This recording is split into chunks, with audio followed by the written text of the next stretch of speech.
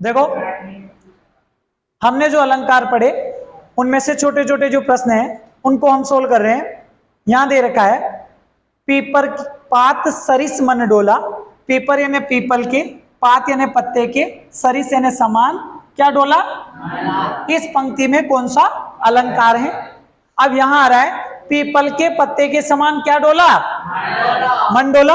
अब यहां समान आ रहा है, क्या आ रहा है? हमने पढ़ा था कि जो उपमा अलंकार होता है उसमें सा, सी, सम, सरिस आता है। हमने उदाहरण देखे, यदि देखें ये चांद सा रोशन, ये चांद सा रोशन, आंखों का रंग, तो यहां हमने पढ़ा कि ये चांद के रोशन, चांद सा रोशन, चांद के समान चेहरा रोशन है, तो समान आ गया। तो कौन सा अलंकार आया था? उपमा। ऐसे यहां सरिस आ रहा है, पीपल के पत्ते के समान क्या डोल रहा है? तो यहां उत्प्रेक्षा आना चाहिए क्या? नहीं। रूपक आना चाहिए क्या? अतिशयोक्ति आना चाहिए क्या? तो कौन सा आना चाहिए? तो यहां कौन सा उत्तर हो जाएगा?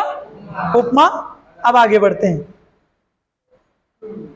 अब यहां लिखा रहा है उपमान और उपमेय के अभेद्य को क्या कहते हैं? मतलब आरोपण जो किया जाता है उसे क्या कहते हैं? तो हमने उपमा तो अलग ही अलंकार है, उपमा में तो देखो समानता बताई जाती है, आरोपण नहीं होता है, तो ये अलग हो गया। उत्प्रेक्षा में संभावना बताई जाती है, ये भी अलग हो गया। भ्रांतिमान में भ्रांति पैदा हो जाती है, भ्रम पैदा हो जाता है, तो तीनों ऑप्शन अलग हो गए। तो कौन सा उत्तर आ जाएगा? कौन सा आएगा? शाबाश। आगे चलते हैं, तीसरा प्रश्न देखते हैं। उपमेय में कल्पित उपमान की संभावना को क्या कहते हैं? उपमेय में कल्पित उपमान की संभावना को, जहां संभावना बताई जाती है तो उसे क्या कहते हैं? अब आप जानते हैं जहां संभावना बताई जाती है, अगर तुलना की जाती है तो वहां उपमा होता है, आरोपण किया जाता है तो वहां रूपक होता है, संभावना की जाती है तो वहां उत्प्रेक्षा होना चाहिए। तो कौन सा आएगा? उत्प्रेक्षा। हटा दे बोले।